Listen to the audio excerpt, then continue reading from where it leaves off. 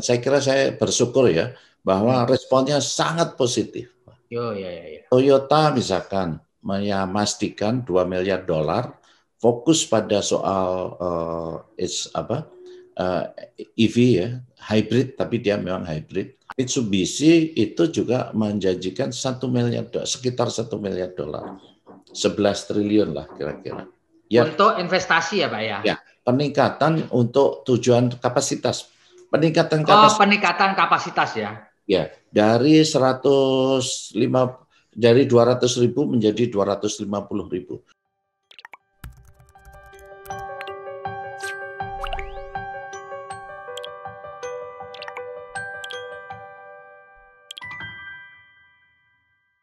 Assalamualaikum warahmatullahi wabarakatuh. Salam damai sejahtera buat kita semua.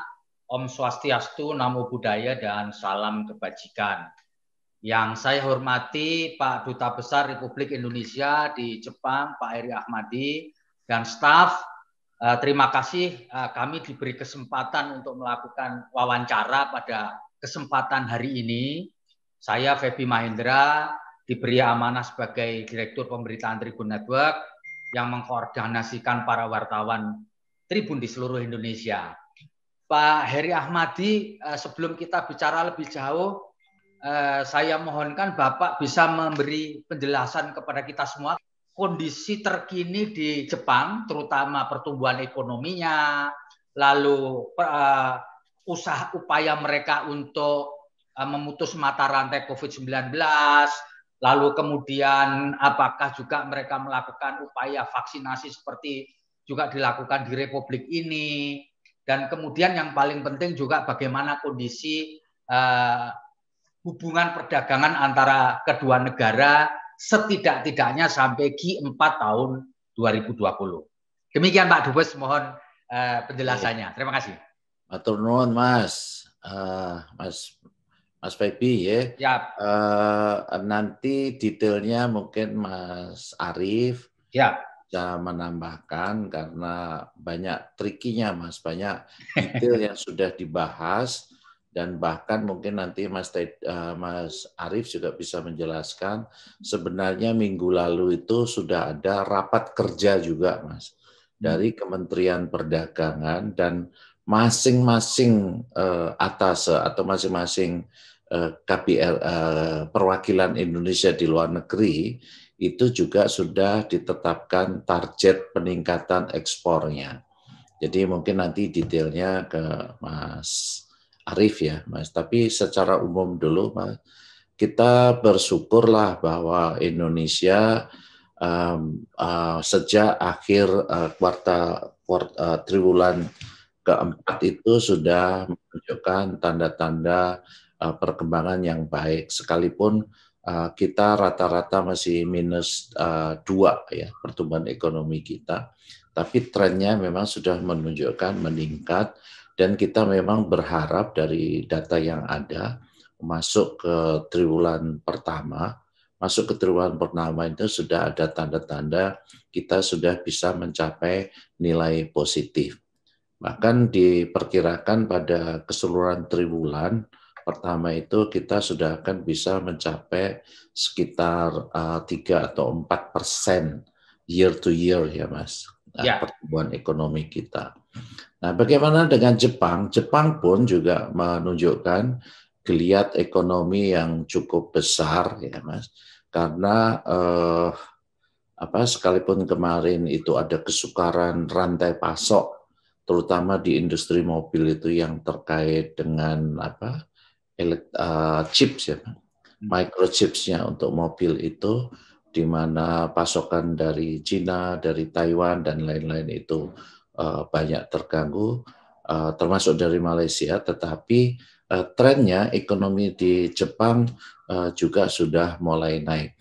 Tidak sepesat yang terjadi di Indonesia, tapi Jepang juga diperkirakan akan tumbuh sekitar 1%. Mulai sekitar pada triwulan pertama sekarang ini. Itu perkiraan awal yang nantinya bisa kita lihat kelanjutannya. Nah, apa yang menarik dari sisi perdagangan ini, Mas? Ya. Kita memang menurun, Mas. omset perdagangan atau volume perdagangan Indonesia-Jepang itu memang menurun, tetapi yang kita catat adalah yang sangat drastis menurun adalah justru impor kita. Ekspor kita masih lumayan gede ya, Mas Arief, masih sekitar 13 miliar dolar ya, Mas Arief. Tetapi impor kita itu hanya sekitar kurang dari 9 miliar dolar. Kita sebenarnya saya ketika dilaporin itu tidak serta-merta senang, Mas. Iya, betul. Tapi minimnya impor ini juga menandakan bahwa industri kita di dalam negeri ada yang tentunya lesu, kurang ini, dan lain-lain sebagainya. Jadi itu kondisinya, Mas. Kita masih surplus. Dengan kondisi seperti itu, surplus kita cukup besar, lebih dari 4M. Berapa miliar? 4 miliar dolar kalau kan. Hampir 3 miliar US dollar, Pak. Boleh nggak saya putus bentar ya? Saya dapat telepon yang penting banget, Mas. Ini. Mohon maaf. Ya, mungkin bisa diteruskan oleh Mas Arief barangkali. Ya, monggo. Tsunami-san. Oh ya, baik. Mohon izin Pak Dubes, Bapak Ibu sekalian. Jadi memang tadi kalau kita mau melanjutkan apa yang disampaikan Pak Dubes, memang sebetulnya tahun 2020 ini juga tahun yang berat sekali sebetulnya bagi Jepang. Karena Jepang ini tahun 2020 itu hantamannya itu luar biasa sekali. 3 kali dia mendapatkan hantaman. Pertama adalah di akhir 2019 itu ada mulai kenaikan pajak dari 8% menjadi 10%.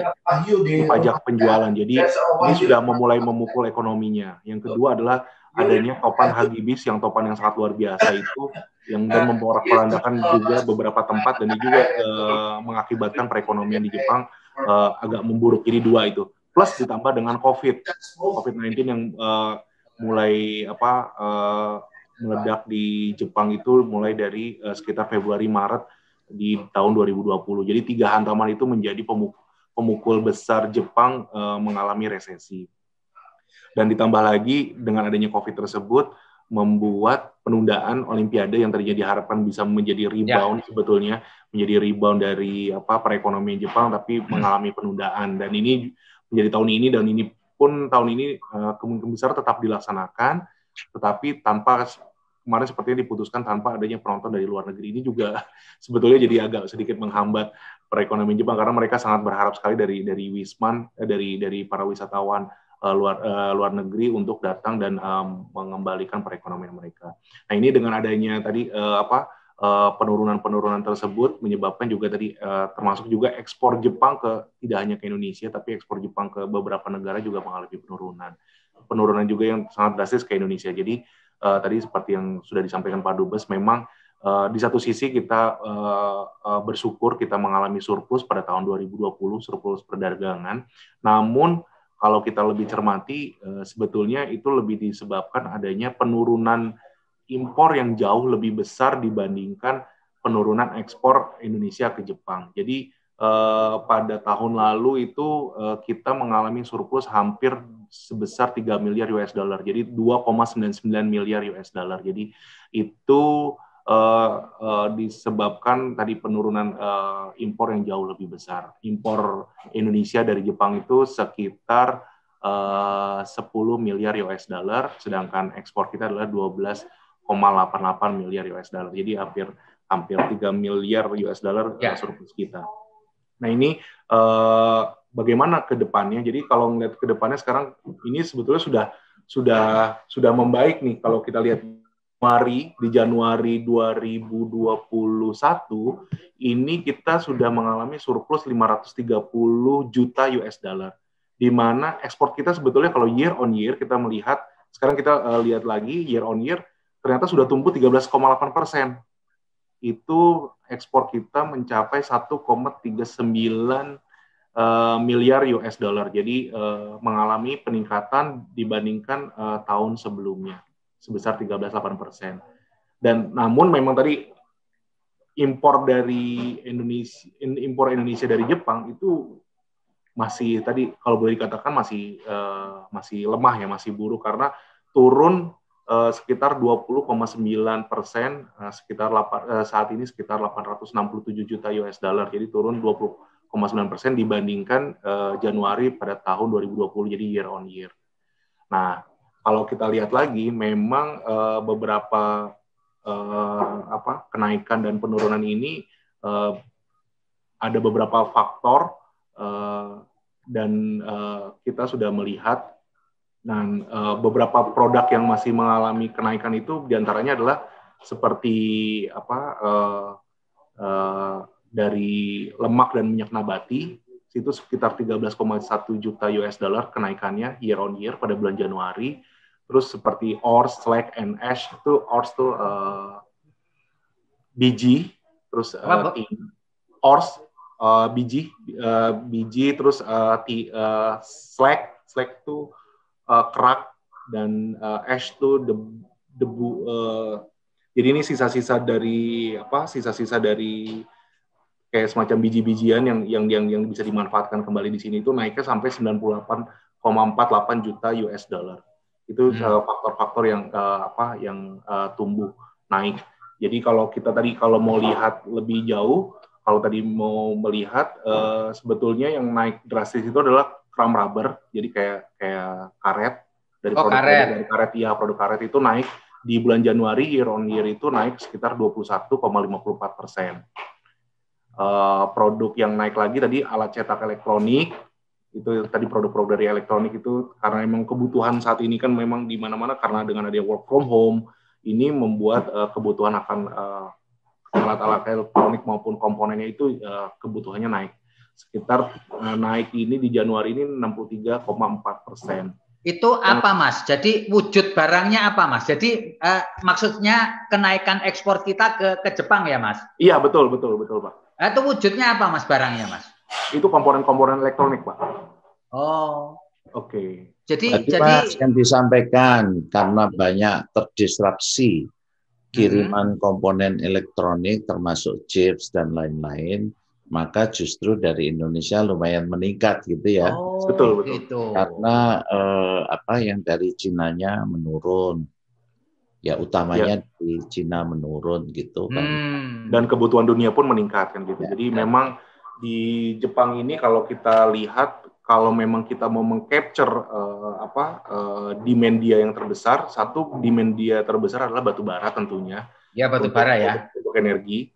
Yang kedua adalah produk mesin dan peralatan listrik, dan satu lagi produk peralatan mekanis. Jadi itu tiga komponen besar itu yang sekarang menjadi impor paling besar Jepang dari seluruh dunia.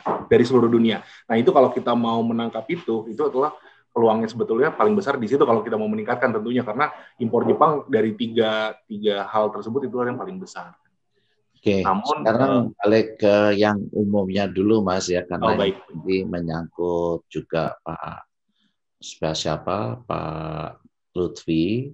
Pak Lutfi memang mempunyai tugas yang sangat penting dan strategis, karena memang ekspor inilah yang akan menjadi andalan pertumbuhan kita. Kalau kita tidak mempunyai, dan juga adalah untuk mengandalkan juga stabilitas ekonomi kita. Kita mengetahui pada masa krisis ini kita membuat banyak hutang. Hutang itu nggak ada masalah, Mas, sejauh kita bisa membayar kan. Kita bisa membayar hanya kalau ekspor kita baik. Ya. Karena itu dan ini ya kebetulan bulan lalu saya bersama Mas Arief sempat diskusi panjang dengan Pak Lutfi, juga membicarakan juga bagaimana strategiknya kita sekarang ini perdagangan luar negeri ini pasca pandemi.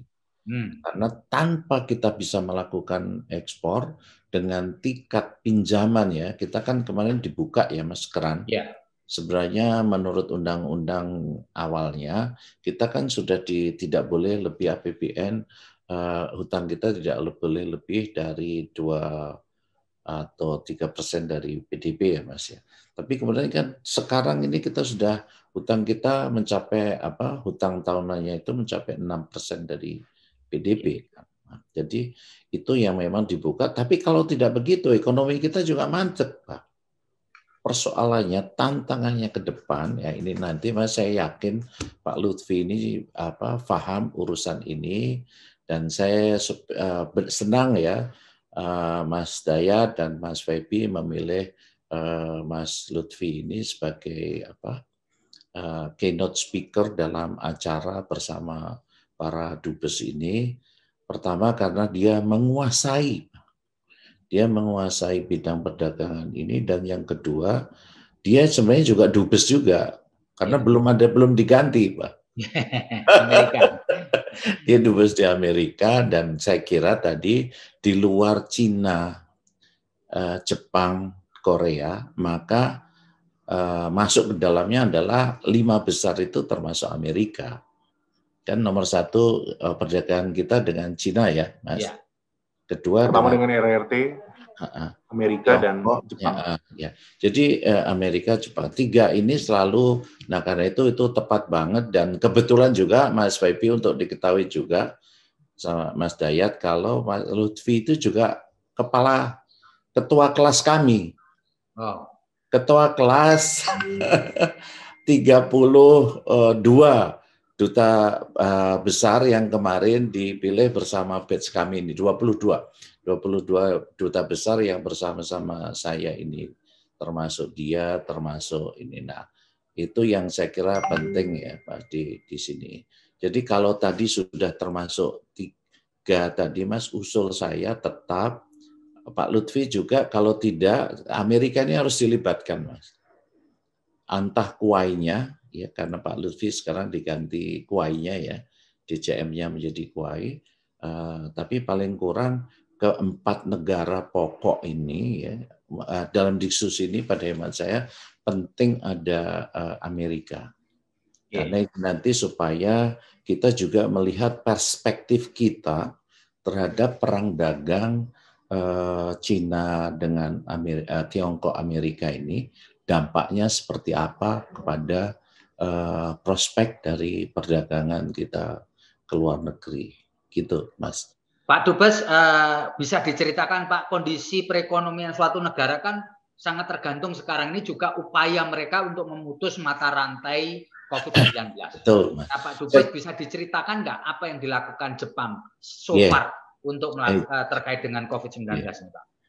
Jadi Jepang sama Pak dengan kita semuanya, dan tapi Jepang memang mempunyai sistem kesehatan yang lebih bagus dari kita, sehingga rate tingkat terinfeksinya kasus di Jepang dengan di Indonesia itu kira-kira hanya separuhnya, Mas. Di Indonesia itu sudah hampir 3,8 atau hampir 4 per 100.000, Pak. 4 per 100.000 penduduk yang terjangkit COVID. Di Jepang itu hanya sekitar 2 per 100.000. Tapi tingkat hospitalisasinya itu di Jepang adalah jauh lebih rendah daripada di Indonesia.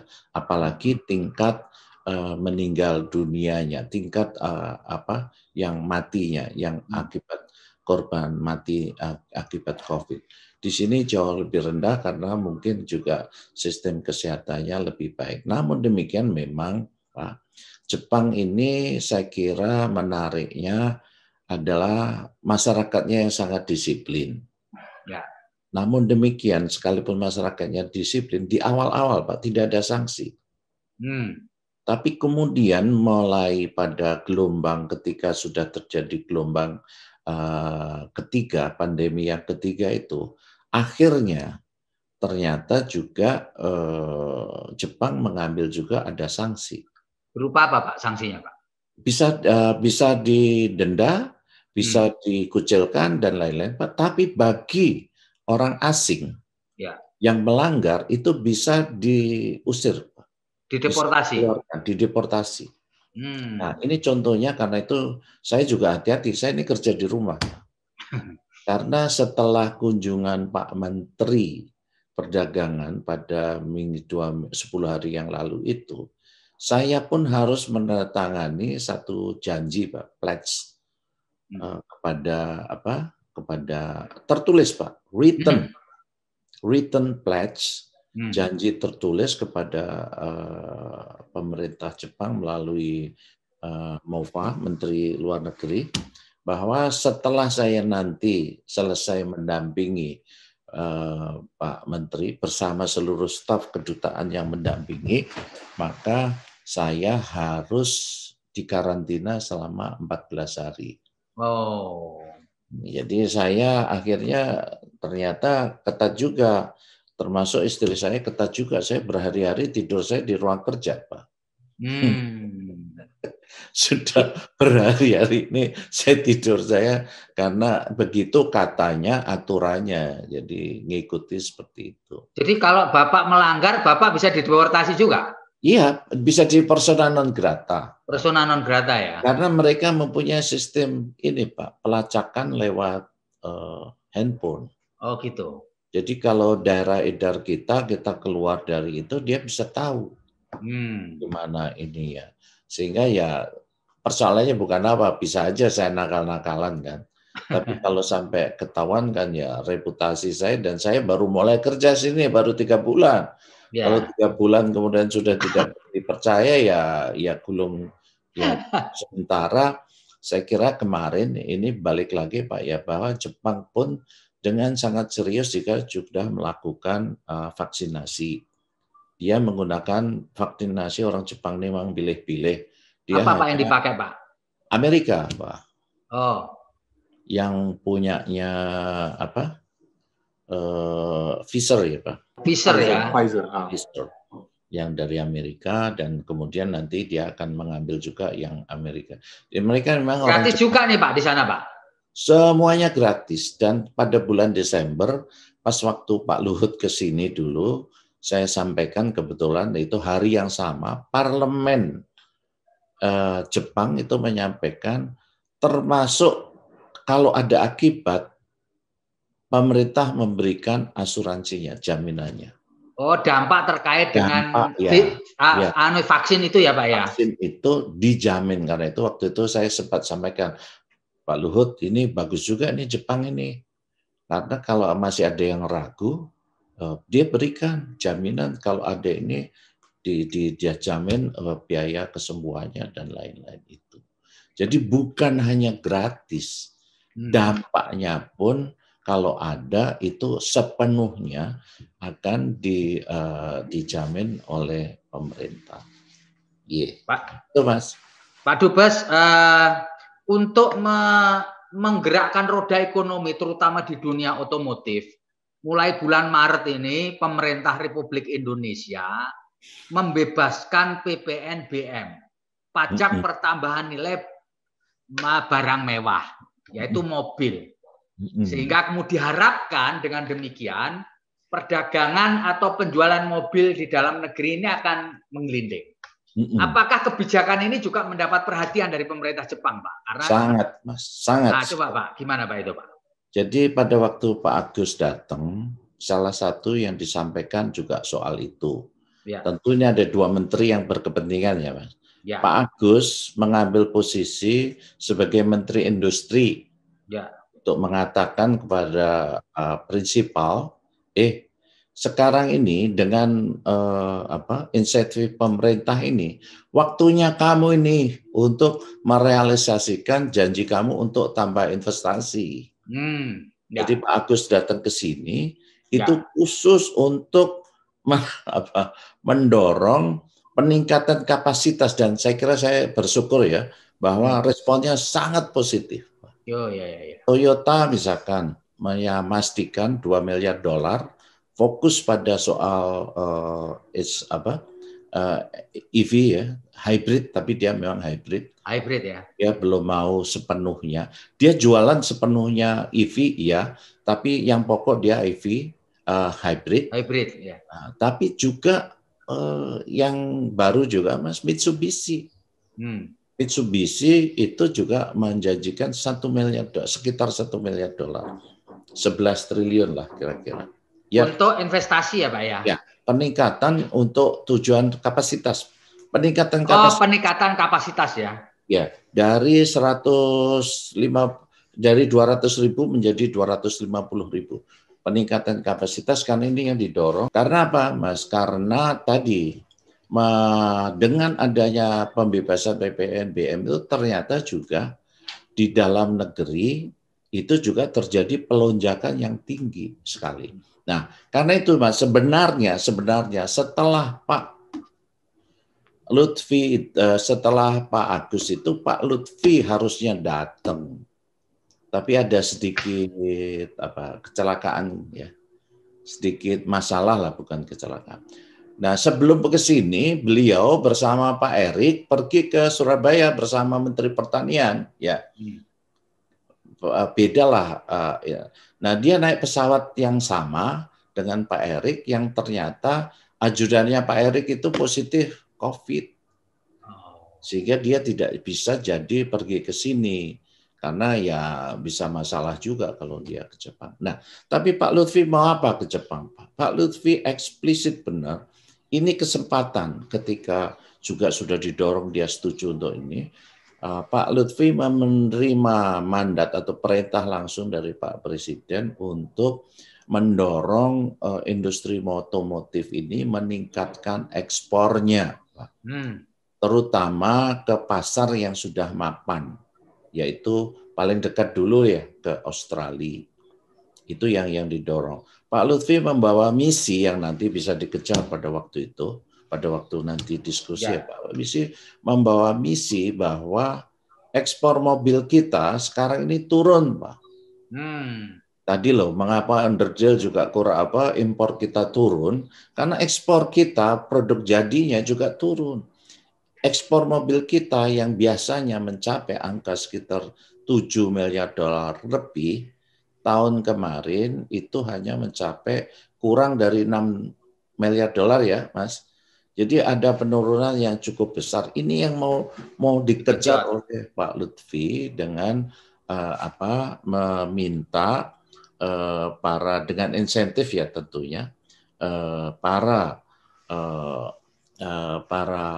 prinsipal dari otomotif ini juga bisa mendorong ekspor terutama ke Australia dan lain-lain. Sebanyak berapa? 210.000 yang dituntut.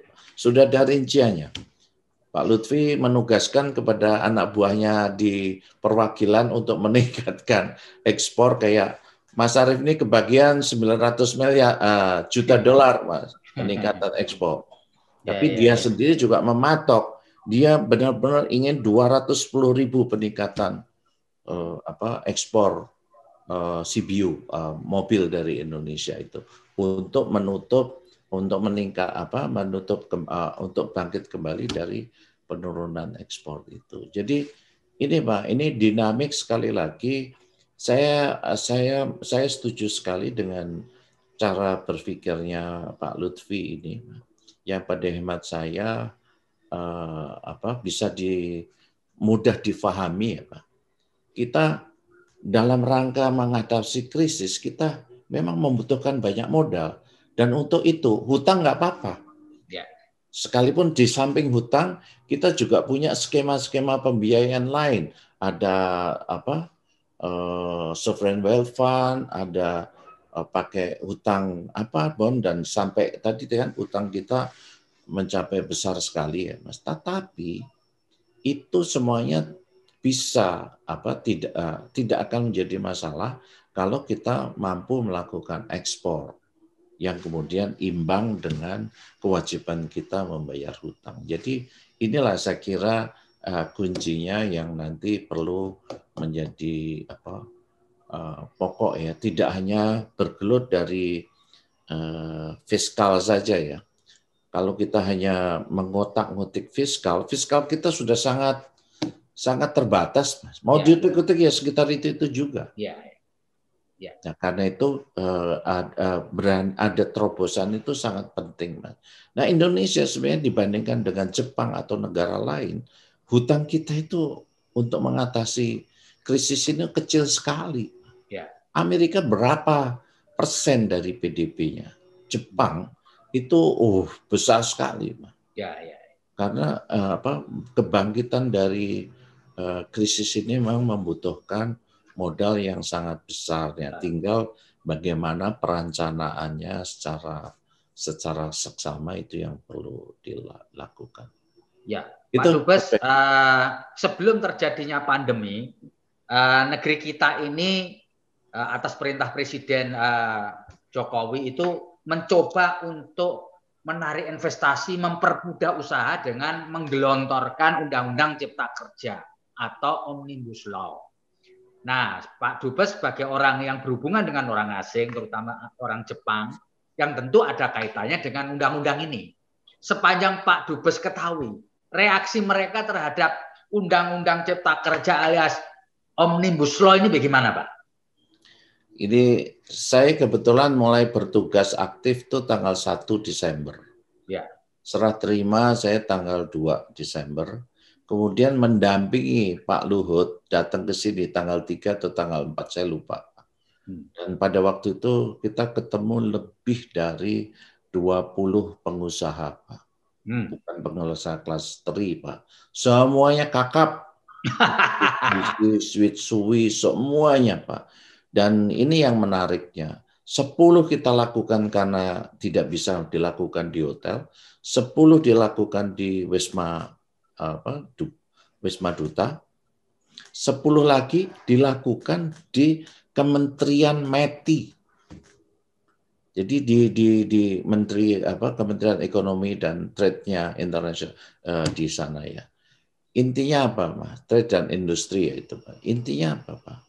Semua 20 perusahaan itu merespon sangat positif.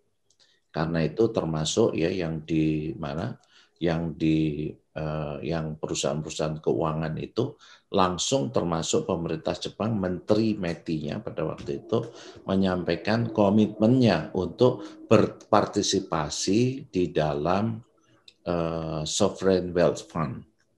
Kita mengetahui urusan Indonesia INA ini, Indonesia Investment Authority, itu kan juga bagian dari Omnibus Law. Ya. Dan itu mendapat sambutan yang besar, bukan hanya para pengusaha yang kemudian juga merespon entusiasme yang kemudian terbukti ya kemarin 2 minggu lalu ketika Pak Agus kesini juga komitmen investasinya juga gede. Itu juga Mas, pada waktu itu sekaligus pemerintah Jepang juga berpartisipasi untuk Sovereign Wealth Fund kan $2 miliar. 4 miliar dolar bukan, 4 miliar dolar. Dan itu sudah dikonfirmasi oleh surat dari Perdana Menteri Suga kepada Presiden Jokowi bulan lalu. Bahwa partisipasi Jepang untuk Sovereign Wealth Fund yang 4 miliar dolar itu sudah dikonfirmasi. Intinya apa, Pak? Responnya saya kira sangat antusias. Ya, tapi begini, Pak. Orang Jepang ini kan tahu juga dengan orang Indonesia. Dia sangat antusias dengan undang-undang ini, tapi juga akan menunggu bagaimana konsistensi di dalam pelaksanaan implementasinya.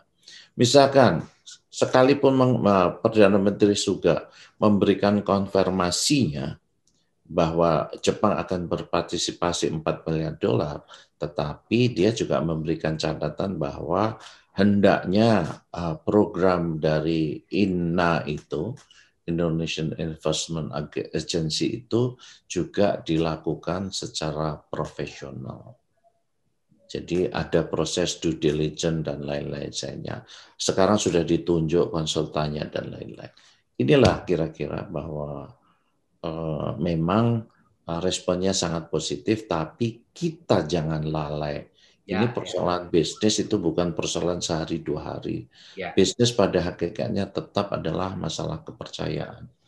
Sehingga saya kira itu yang harus tetap kita jalankan secara baik.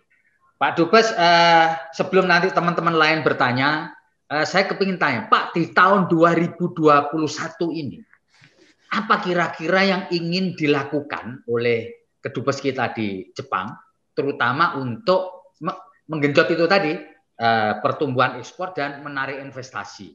Ya, jadi tentu ini langkah-langkah yang strategis apa yang kira-kira akan dilakukan di tahun 2021 untuk meningkatkan ekspor sekaligus menarik investasi lebih banyak lagi, karena pertumbuhan ekonomi suatu negara akan sangat ditentukan juga oleh seberapa besar investasi yang masuk ke negara itu.